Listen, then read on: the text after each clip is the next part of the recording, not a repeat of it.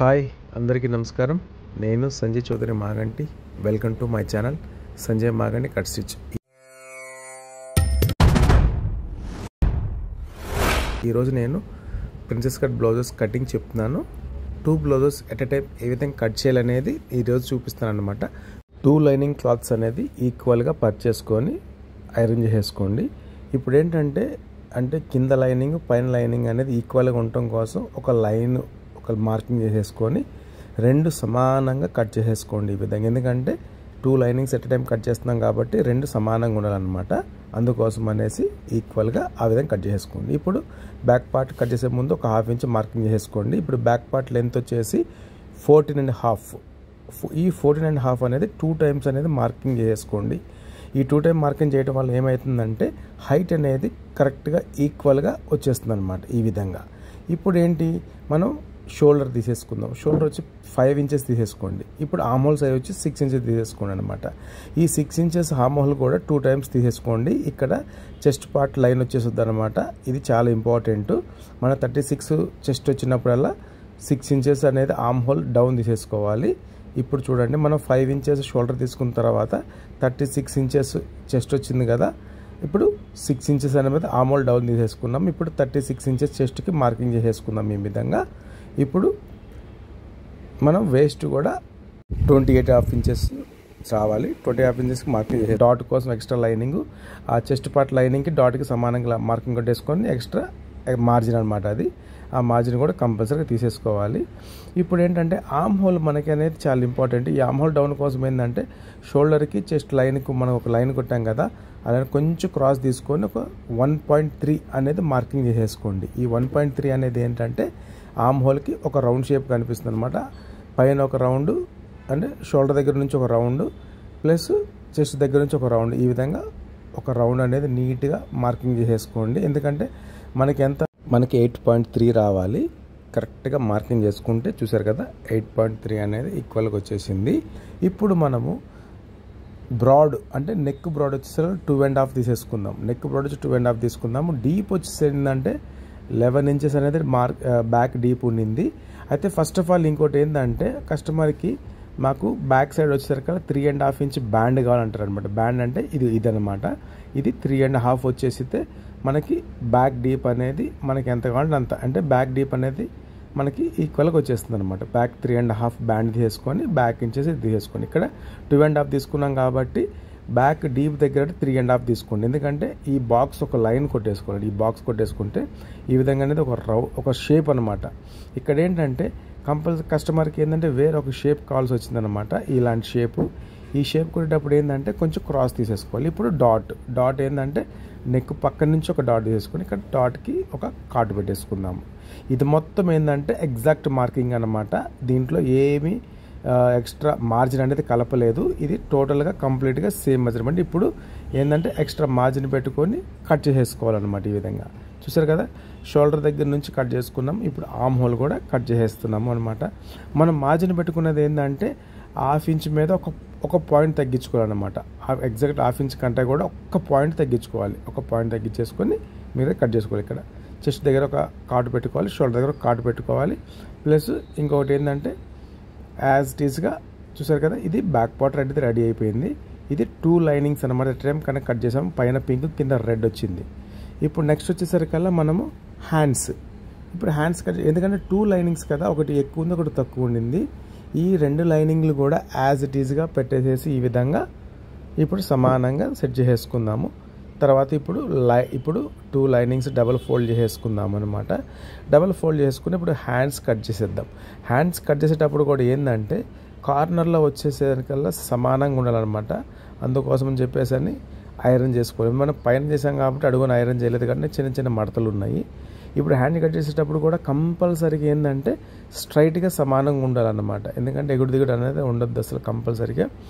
ఇప్పుడు మనం ఏంటంటే కొంచెం ఎంత మార్క్ చేస్తున్నా కానీ మనకు కనిపించేది ఏదైనా క్రాస్ ఉంటే ఆ క్రాస్ లేపేసేసి సమానంగా మార్కింగ్ చేసేసుకుందాం. ఇప్పుడు ఒక 1/2 ఇంచు, ఎందుకంటే ఈ 1/2 ఇంచ్ అనేది ఏంటంటే పైపింగ్కి ఫోల్డింగ్కి యూజ్ అవుతుంది అనమాట.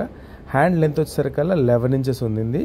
Hand 11 inches. Arm hole size వచ్చేసరికల్లా 3.5 పెట్టుకోండి అనమాట. హైట్ నుంచి 3.5 డౌన్ పెట్టేసుకోండి. పైన ఒక లైను, ఆమ్ హోల్ దగ్గర ఒక లైన్ పెట్టేసుకోండి. ఇప్పుడు మనం ఏంటంటే ఆమ్ హోల్ సైజ్ తీసేటప్పుడు ఏంటంటే కంపల్సరీగా హైట్ దగ్గర నుంచి ఒక 2.5 మార్కింగ్ చేసేసుకొని, ఆమ్ హోల్ సైజ్ వచ్చేసరికల్లా 16.5 ఉండింది కాబట్టి, అంటే 8 నుంచి 8.3 వస్తే 6.5 వస్తుంది అనమాట. 8.3 మనం మార్కింగ్ చేసుకుందాము. హ్యాండ్ లూజ్ వచ్చి 5 ఇంచెస్ అనమాట. హ్యాండ్ లూజ్ దగ్గర నుంచి ఆమ్ హోల్ వరకు ఒక లైన్ కొట్టేసుకొని ఎక్స్ట్రా మార్జిన్ దగ్గర ఒక లైన్ కొట్టేసుకుందాము. ఇప్పుడు ఏంటంటే ఆమ్ హోల్ దగ్గర నుంచి హైట్ దగ్గర ఒక లైన్ కొట్టేసుకొని ఒక రౌండ్ షేప్, ఈ విధంగా రౌండ్ షేప్ అనేది తీసుకోవాలి. కంపల్సరీగా రౌండ్ షేప్ తీసుకోవాలి. ఆ రౌండ్ షేప్ ఇప్పుడు ఈ హ్యాండ్ మొత్తం ఏంటంటే కంప్లీట్గా ఒరిజినల్ మెజర్మెంట్స్ అనమాట.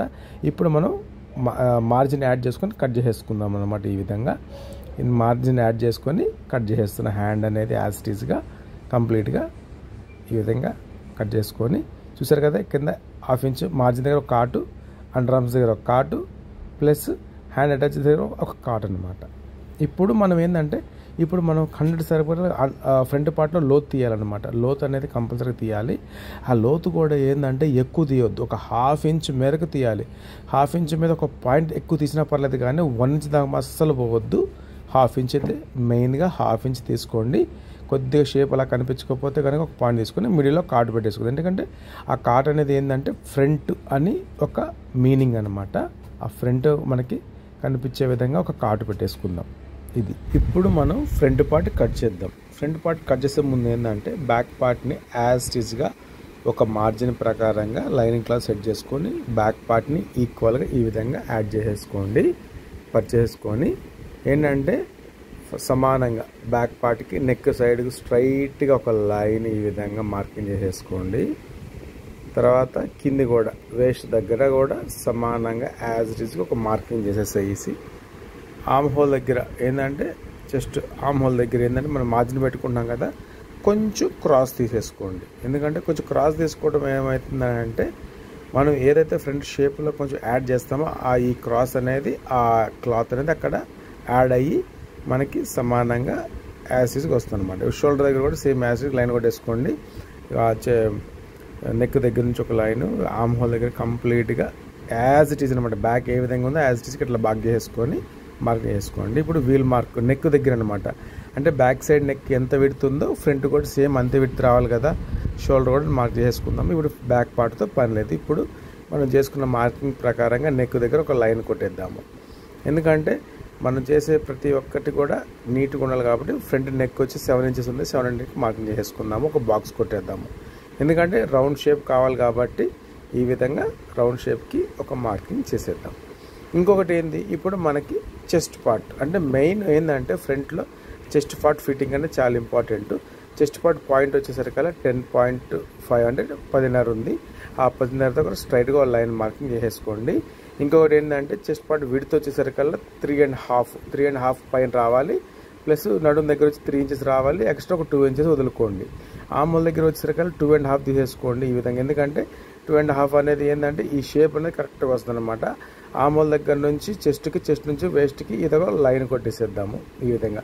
ఇంకోటి ఏంటంటే షేప్ కోసం అని చెప్పేసి ఎక్స్ట్రా ఒక 2 ఇంచెస్ వదులుకుంటాం కదా, ఆ 2 ఇంచ్ దగ్గర కూడా నుంచి చెస్ట్ పాయింట్ దగ్గర నుంచి ఒక మార్కింగ్ చేసేసుకుందాం. ఈ విధంగా చేసేసుకున్నారు కదా. ఇప్పుడు ఏంటంటే మనకు కావాల్సింది ఎంత, ఒక చెస్ట్ పాయింట్ దగ్గర ఏంటంటే ఒక సమానంగా 3.5 పెట్టుకున్నాం కదా, ఒక 1/2 ఇంచ్ అనేది ఎక్స్ట్రా పెట్టేసుకొని ఆ పాయింట్ దగ్గర నుంచి కింద ఒక 2.5 ప్లస్ పైన నుంచి కూడా ఒక 2.5 ఈ విధంగా మార్కింగ్ చేసేసుకోండి. ఈ 2.5 మార్కింగ్ ఏంటంటే ఫ్రంట్ పార్ట్ కప్ అనేది పర్ఫెక్ట్ షేప్ వస్తుంది అనమాట. చూసారు కదా, మనం పాయింట్ దగ్గర నుంచి తీసుకున్న దాని మీద ఒక 1/2 ఇంచ్ ఎక్స్ట్రా తీసేసుకొని 2.5కి ఈ విధంగా మార్క్ చేసుకోండి. ప్లస్ మనం ఫ్రంట్ షేప్లో ఏ విధంగా అయితే రెగ్యులర్ బ్లౌజులకి ఫ్రంట్ గుంత తీస్తామో ఆ గుంత ప్రకారంగా ఒక 1/2 ఇంచ్ అనేది ఇట్లాగా గుంత తీసేసుకోండి యాజ్ టీజ్గా. చూసారు కదా, ఇది ఫ్రంట్ పార్ట్ అనమాట. అయితే back part front part front పార్ట్లో 2 పార్ట్స్ అనేది వేరుగా తీయాలి కాబట్టి కొద్దిగా క్లాత్ అనేది పక్కగా జరిపేసి పక్క షేప్ మనం అయితే మార్కింగ్ వేసేసుకున్నామో ఆ మార్కింగ్ అనేది వీల్ మార్క్ ద్వారా కొంచెం పక్కకు జరిపేసి ఈ వీల్ మార్క్ ద్వారా ఆ మార్కింగ్ అనేది యాజ్ టీజ్గా వీల్ మార్క్ చేసేద్దాం ఈ విధంగా. ఇప్పుడు సైడ్ పార్ట్ ఫ్రంట్లో సైడ్ పార్ట్ అనేది ప్రిన్సెస్ కట్లో సైడ్ పార్ట్ అనేది సమానంగా మనం ఏ విధంగా అయితే మార్కింగ్ చేసుకున్నామో ఆ మార్కింగ్ని వీల్ మార్క్ ప్రకారంగా సమానంగా యాజ్ ఇట్ ఈజ్గా ఈ విధంగా మార్కింగ్ చేసేసుకోండి ఈ విధంగా. ఎందుకంటే ప్రతి ఒక్క మార్కింగ్ అనేది మనం వీల్ మార్క్, ఎందుకంటే పేపర్ కట్ చేసుకోవచ్చు, లేదంటే సమానంగా యాడ్ చేసుకొని కట్ చేసుకోవచ్చు. కాకపోతే ఇదని చిన్న సింపుల్ మెథడ్ అనమాట. కొంచెం క్లాత్ పక్క జరిపేసి ఫ్రంట్ పార్ట్లో సైడ్ పార్ట్ అనేది పక్కగా మనం మార్కింగ్ చేసేసుకోవచ్చు అనమాట. ఇప్పుడు ఫ్రంట్ పార్ట్లో కొంచెం మనం అంత మార్కింగ్ అంతా అయిపోయిన తర్వాత ఫ్రంట్ అనేది యాసిడ్కి ఈ విధంగా కట్ చేసుకుందాము. కొంచెం మార్జిన్ వదిలేసుకొని ఈ విధంగా కటింగ్ అనేది స్టార్ట్ చేసేసుకోవాలన్నమాట. నెక్ దగ్గరకు వచ్చేసరికల్లా కొద్దిగా వీల్ మార్క్ అనేది కంపల్సరీగా చేసుకోండి. ఎందుకంటే మనం పైపింగ్ వేస్తాం కాబట్టి మనం ఏదైతే నెక్ మార్కింగ్ చేసేసామో ఆ నెక్ ప్రకారంగా వీల్ మార్క్ చేసేసుకొని పైపింగ్ అనేది కూడా యాసిడ్కి అట్లాగే వస్తుంది కాబట్టి మనకి వీల్ మార్క్ చాలా ఇంపార్టెంట్. ఒక 1/2 ఇంచ్ మార్జిన్ వదులుకొని ఈ విధంగా ఫ్రంట్ నెక్ కూడా కట్ చేసేసుకోవాలన్నమాట. ఈ విధంగా చూసారు కదా. యాజ్ ఇట్ ఈస్గా షోల్డర్ కూడా కట్ చేసేసుకోండి. కొంచెం క్రాస్ తీసుకోండి, ఎందుకంటే భుజాలు జారిపోకుండా ఉండటం కోసం ఏమవుతుందంటే షోల్డర్ దగ్గర కొంచెం క్రాస్ తీసుకొని నెక్ దగ్గర ఒక చిన్న 1/2 ఇంచ్ ఎక్స్ట్రా కట్ చేసేసుకోండి. షోల్డర్ దగ్గర చూసారు కదా, సేమ్ యాజ్ ఇట్ ఈస్గా మనం ఏ విధంగా అయితే మార్కింగ్ చేసేసామో ఆ మార్కింగ్ ప్రకారంగా ఈ విధంగా కట్ చేసి, ఎందుకంటే బ్యాక్ పార్ట్లో మనం మార్జిన్తో కలిపి మార్కింగ్ చేసాం కాబట్టి ఫ్రంట్ పార్ట్లో ఎక్స్ట్రా మార్జిన్ మనకు అవసరం లేదు, ఇంక్లూడింగ్ మార్జిన్ ఉంటుంది కాబట్టి చూసారు కదా. ఫ్రంట్ పార్ట్లో ఈ విధంగా మార్జిన్ పెట్టుకొని కట్ చేసేసాం.